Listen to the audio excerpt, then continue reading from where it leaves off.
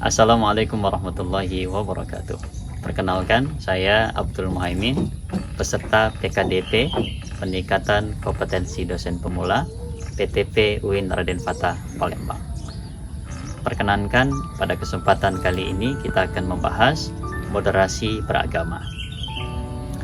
Sebagai masyarakat yang menjemuk, kita seringkali menyaksikan gesekan sosial yang terjadi akibat perbedaan cara pandang dalam beragama. Misalnya, ada seseorang pemeluk agama yang mengkafirkan pemeluk agama yang sama hanya karena perbedaan cara pandang keagamaan. Di satu sisi, kita juga pernah menyaksikan ada seorang pemeluk agama yang memakan makanan, mereguk minuman yang jelas-jelas diharamkan hanya karena alasan toleransi kepada umat agama yang lain. Contoh sikap beragama yang berlebihan, misalnya ada seorang pemeluk agama yang merendahkan agama orang lain, menghina simbol suci dan tokoh keagamaan orang lain, bahkan pada titik tertentu berani menghilangkan nyawa seseorang yang berbeda keyakinan, atau bisa jadi merusak bangunan ibadah agama tertentu.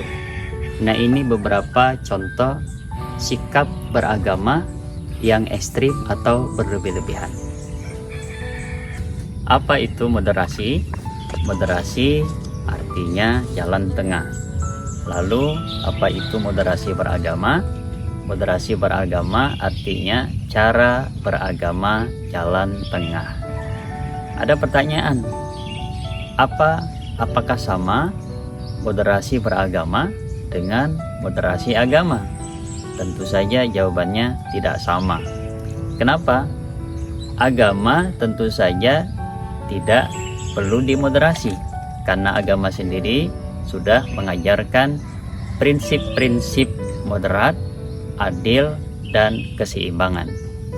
Yang perlu dimoderasi adalah cara pemeluk agama mengamalkan agamanya. Itulah yang perlu dimoderasi.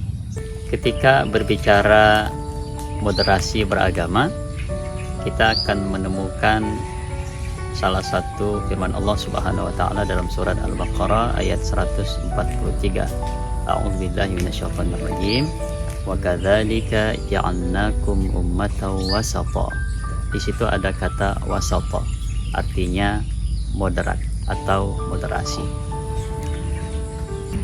Seseorang dikatakan moderat apabila memenuhi 9 kata kunci moderasi beragama. Apa saja 9 kata kunci moderasi beragama? Yang pertama, kemanusiaan. Allah Subhanahu wa taala berfirman, "Man qatala nafsan bighairi nafsin aw fasadin fil ardh faka'annama qatalan nasa jami'a." Barang siapa yang membunuh satu nyawa tanpa hak, maka sesungguhnya sama saja dengan membunuh manusia keseluruhannya. Betapa agama ini sangat memberikan perhatian kepada kemanusiaan.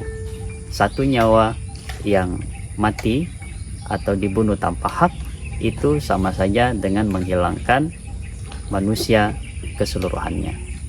Kata kunci yang kedua adalah kemaslahatan umum.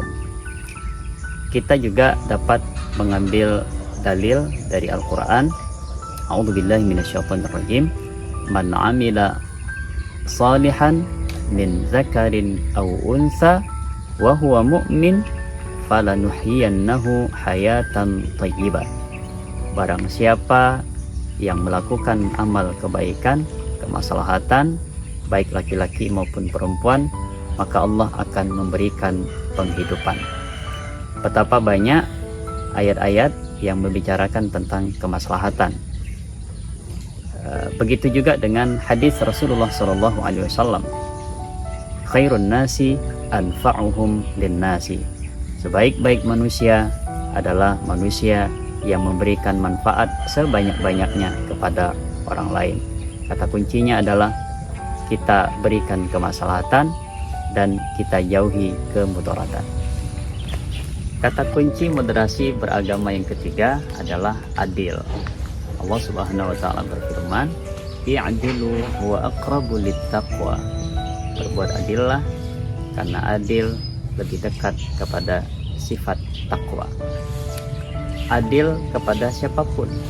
Jangan sampai karena ketidaksukaan kita kepada seseorang atau kepada suatu kelompok membuat kita tidak berlaku adil. Adil kepada orang yang dekat, adil kepada orang yang jauh, adil kepada siapapun. Kata kunci yang keempat adalah keseimbangan atau berimbang. Bahasa agamanya tawazun. Kita diberikan contoh oleh Rasulullah SAW untuk bersikap berimbang dalam kehidupan. Kita tentu saja ingat dengan doa yang sering kita baca dalam doa-doa sehari-hari. Apa yang kita minta kepada Allah? Yang kita minta, Rabbana atina fid dunya hasanah. Kita meminta kebaikan di dunia, dan kita juga meminta kebaikan di akhirat. Tawazun, berimbang antara kesejahteraan dunia dan kesejahteraan di akhirat. Begitu juga dengan mata kita punya hak untuk tidur. Perut kita juga punya hak untuk diberikan makan. Begitu juga dengan rohani kita, harus diberikan asupan-asupan yang dapat meningkatkan keimanan. Kata kunci moderasi beragama berikutnya adalah taat konstitusi. Tentu saja sebagai warga negara yang baik, kita harus taat kepada konstitusi. Dalam Al-Quran, Allah Subhanahu wa taala berfirman, "Athi'ullaha wa athi'ur rasul wa ulil amri minkum." Kita diperintahkan oleh Allah untuk taat kepada Allah, taat kepada Rasulullah sallallahu alaihi wasallam, dan juga taat kepada pemimpin. Artinya, taat kepada pemimpin adalah bagian dari sikap keberagamaan kita. Kata kunci yang keenam moderasi beragama adalah komitmen kebangsaan. Komitmen kebangsaan artinya kita sebagai warga negara memiliki semangat untuk sampai pada tujuan kita bernegara. Dari mana kita memulainya? Kita memulainya dari lingkup yang terkecil, yaitu keluarga. Kita menumbuhkan cinta kepada keluarga, cinta kepada anggota keluarga.